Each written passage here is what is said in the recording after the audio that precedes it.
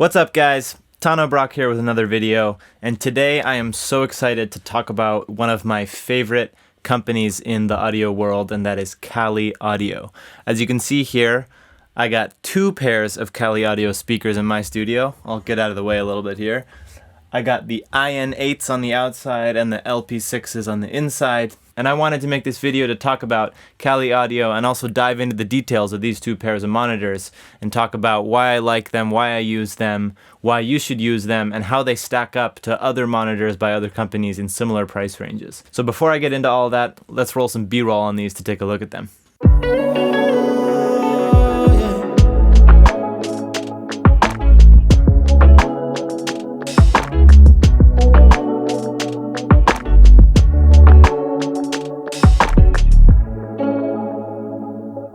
Alright guys, welcome back. Once again, I'm Tano Brock. If you're liking this kind of content, go ahead and subscribe to my channel. I post videos on home studio recording, production, mixing, mastering, about gear, about software, all that sorts of stuff. So if you like that sort of thing, subscribe to my channel, like this video, comment any questions you have, and I'll do my best to respond. So Kali Audio, in my opinion, is making the best affordable studio monitors on the market right now, by far. And let me tell you a little bit about why I say that and my background and my experience with them. So about 3 years ago, I saw a Instagram ad, I believe it was, for a new company coming out with a new pair of studio monitors.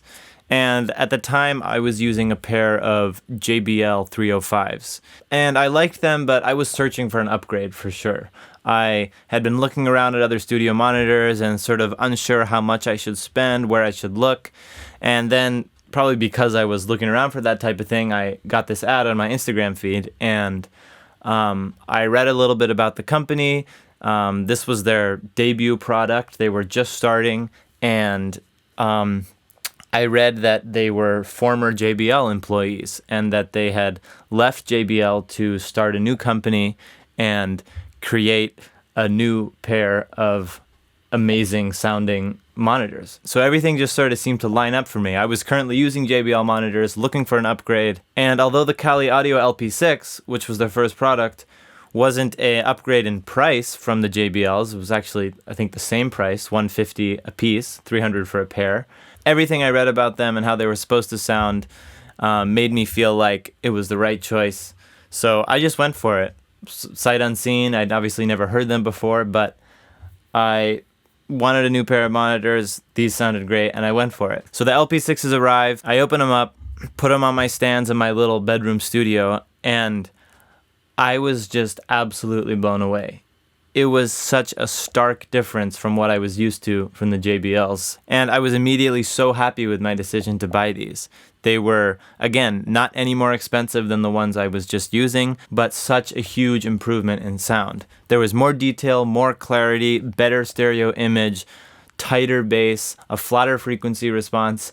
I immediately felt like I could trust my mixes more, even though I wasn't used to them yet, the first time I listened to them.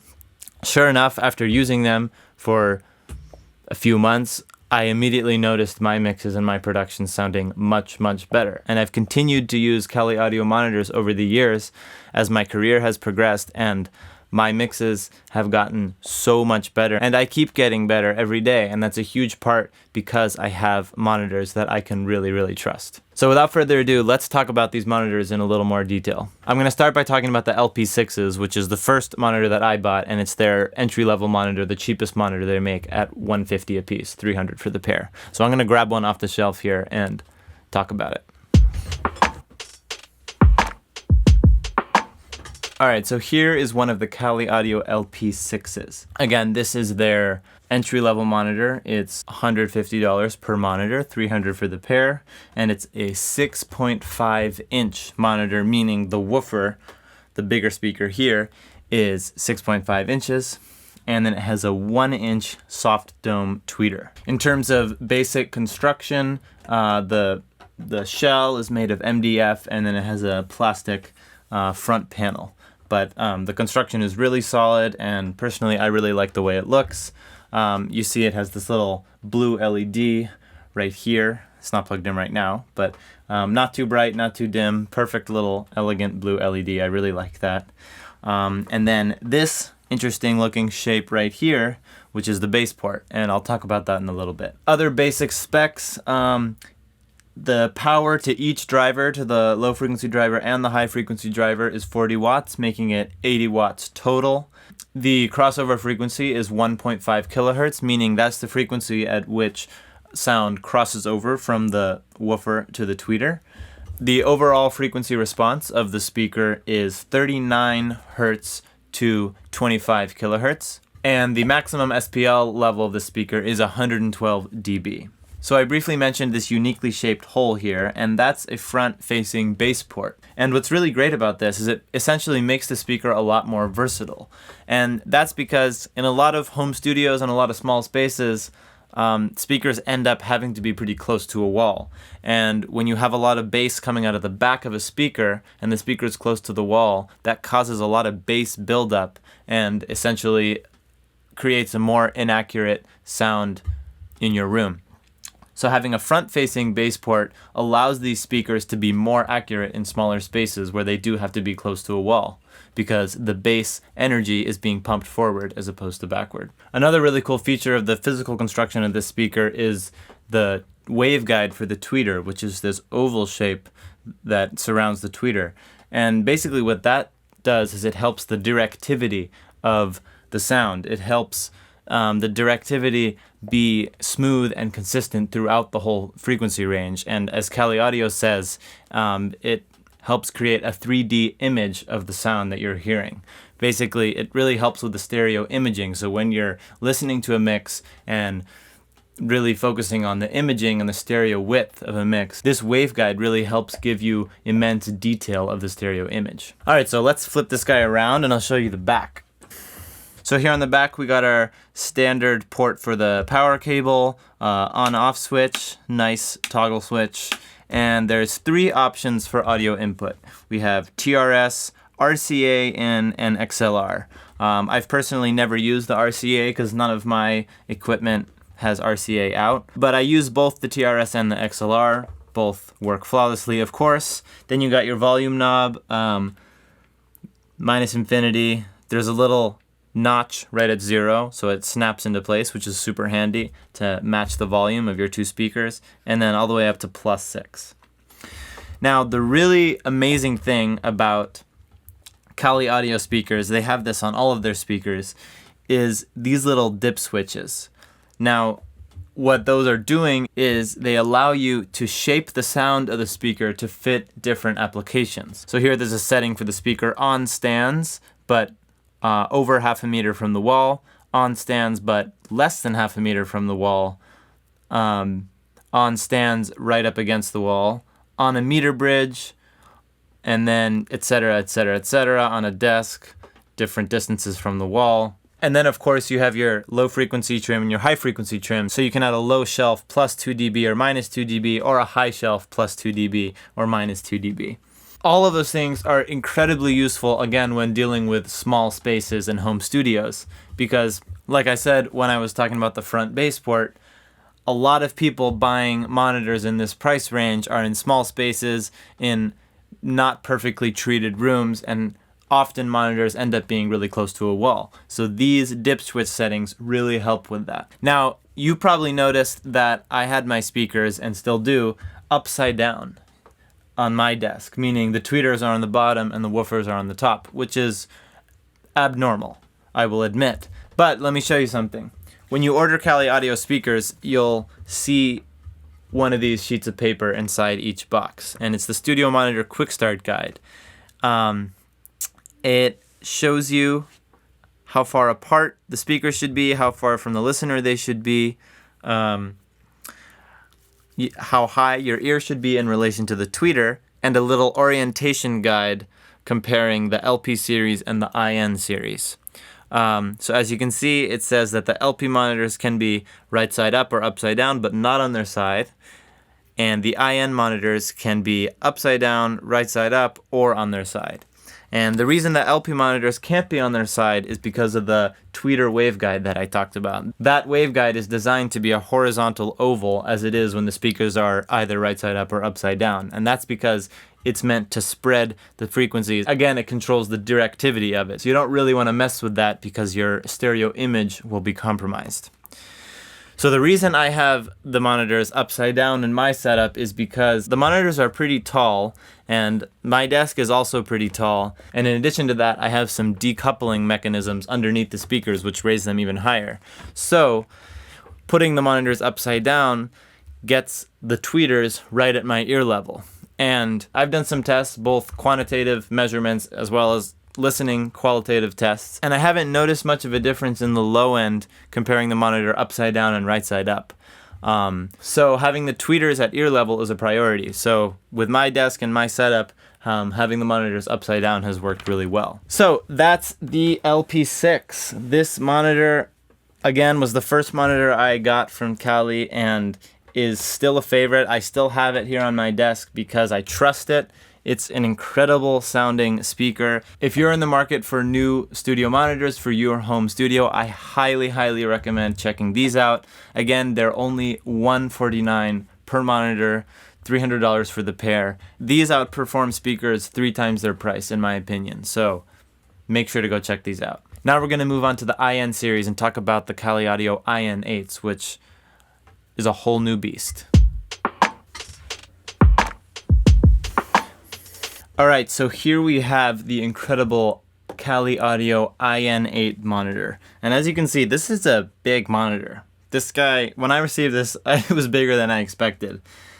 And it is a powerful speaker. So let me tell you a little bit about the construction. First of all, this is a 3-way coaxial monitor, meaning it has a low frequency driver, a mid-range driver, and a high frequency driver. So 3 drivers as opposed to the LP6, which are 2-way monitors and just have a low frequency driver and a high frequency driver. Basic construction, similar to the LP6. You got a basic MDF box with a plastic front panel.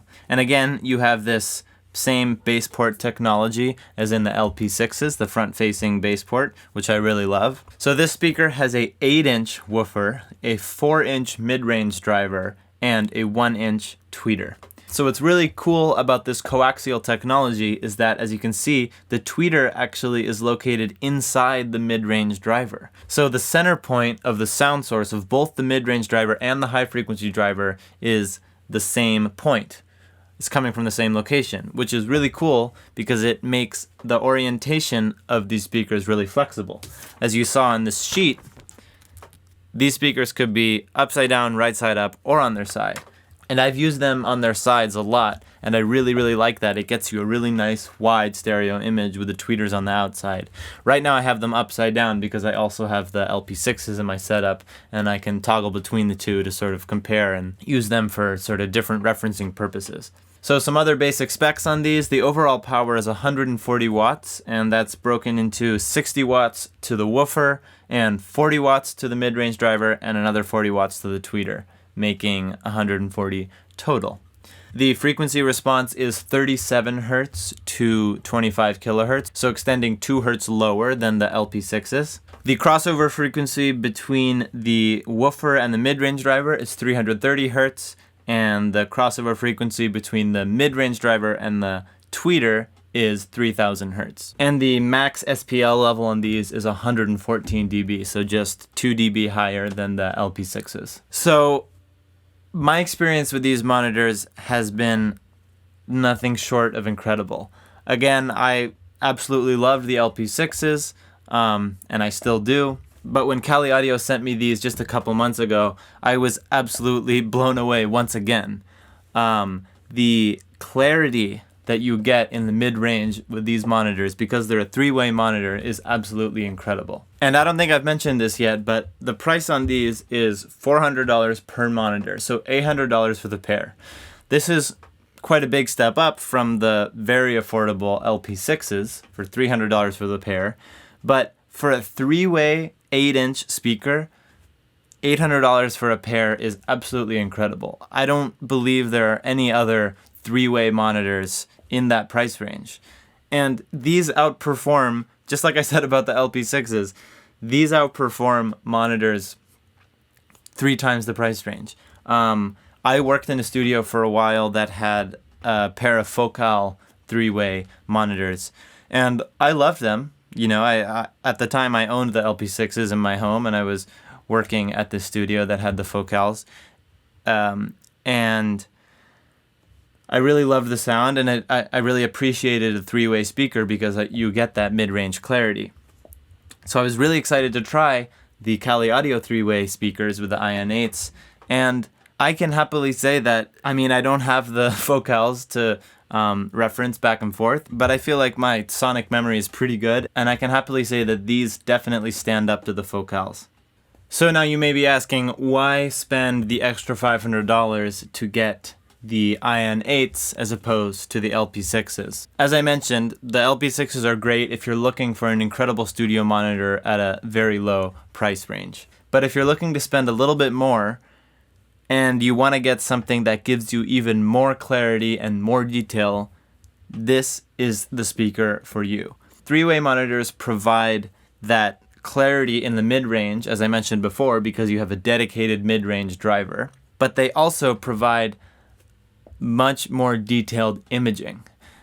The waveguide on the LP6s gives you some pretty good imaging as far as 2-way monitors go. But with a 3-way monitor, you get even more crystal clear imaging, allowing you to really hear the space in a production and in a mix. And the reason for this is a little bit complicated, and Kali Audio does a pretty good job of explaining it on their website, but basically it has to do with the distance between crossover points between the drivers. And with a 3-way monitor, because you have 3 different drivers and 2 crossover points, it allows you to actually hear the full picture of what's going on. Whereas with a 2-way monitor, you actually lack some of that spatial information. When I first plugged these in and listened to them, I was absolutely blown away with the imaging. You can really tell a difference. It may be hard to understand what that means just by hearing the words and not actually by hearing the speakers. But when you compare side by side a 3-way monitor to a 2-way, you really hear the difference. In my setup, I'm able to toggle between the 2 speakers instantaneously with a press of a switch, and when I switch to the 3-ways, I immediately hear more space. Everything sounds immediately more 3D, and that has benefited my mixing in a huge way. I really feel like I trust these monitors more than I ever have because I can hear the space, I can hear the width, I can hear the depth. And it's pretty incredible, especially at this price point. Again, $800 for the pair. I feel like I'm listening to a $2,000 pair of speakers. So props to you guys. You did a really amazing job with these. So I'm going to flip this around so we look at the back. Again, this is pretty much the same as the LP6 back here. You got your port for the power cable, the on-off switch, the RCA, TRS, and XLR inputs, the same volume control with the dip at 0 dB, and all the same dip switches here. Again, super handy for different locations and different applications. And with these, I actually put the plus 2 dB high shelf. When I put them in my setup, I actually found that the LP6s sounded brighter, and I had gotten used to that sort of bright high-end sound, and I preferred that, so I keep this on. And that way, especially when I'm toggling back and forth, the high-end sound a little bit more matched. Of course, with an 8-inch speaker versus a 6.5-inch speaker, you're getting a lot more detail and also power and volume in the low end. But actually, it's worth mentioning that compared to other monitors its size, the LP6 has a really punchy, tight low end. So you're really getting a good deal with the low end on those. So one last thing I wanted to show you guys is these room measurements that I took in my room with both the LP6 and the IN8. So the red line here is the IN8 and the green line is the LP6. So this is how each pair of monitors performed in my room. And as you can see, in this room, I have a good amount of treatment. I have floor-to-ceiling bass traps, 6-inch panels behind the monitors, 4-inch panels on my first reflection points, and a ceiling cloud above my mix position. So quite a bit of treatment, but of course it's not a commercial studio mixing room. And so yeah, this is how the speakers performed in my room. As expected, we have a bit more bass response in the IN8, so below 50 hertz, we're getting some more information here. Otherwise, they're pretty similar curves. Both are getting a pretty significant bump around 90 hertz. That's just probably a room node because I'm in a relatively small room. And then there's some differences up here in the high end. You see the LP6s, the green line has sort of this dip between 6K and 10K, whereas the IN8s are a little flatter through those upper mids. And then up in the way high end, we're getting a little less from the IN8s and more from the LP6s. So, this may or may not be useful to you, but I thought it would just be interesting to see sort of a real world home studio measurement of both of these monitors. Another thing I want to mention is that a common complaint with Kali Audio monitors is that there is an audible hiss coming out of the tweeter. And what I want to say about this is that, in my experience, it is not a problem whatsoever. It is so faint, and it's only audible when no sound is coming out of the monitors. When you're playing sound, even at a very low volume, I often mix at a pretty low volume, and it's absolutely inaudible. So for me, in my experience, this has not been a problem at all. Again, before I wrap up this video, I just want to reiterate that I truly believe that these guys at Kali Audio are making the best monitors at the price point that you can get. These monitors easily outperform all the other monitors that I've heard in the price range. It's a really saturated market in this sort of sub $1,000 price range for a pair of monitors, and Kali Audio speakers, both the LP6s and the IN8s, which are the two models that I have experience with. They also just came out with a new, smaller 3-way monitor, the IN5, which I haven't tried. I'm excited to hear those at some point. But these two pairs of speakers outperform all other speakers in this price range that I've heard. And as I mentioned, with my experience with the Focal 3-way monitors, these easily match up to those, and I may like them even more. These are designed for and marketed towards home studios, sort of budget studios, but don't underestimate the professional capabilities of these. I'm a professional mix engineer and producer. That's what I do every day. That's what I do to make a living. And I work on these every single day. And I continue to improve every day, of course, but I can confidently say that I am a good mixer and I can churn out top quality mixes with these Kali Audio monitors. So thank you, Kali Audio. Props to you guys. I look forward to seeing what you guys develop in the future. And once again, guys, I am Tano Brock. If you're not already subscribed, go ahead and click that subscribe button, like this video, share it around, and comment below if you have any questions. All right, guys, I'll see you in the next video. Peace.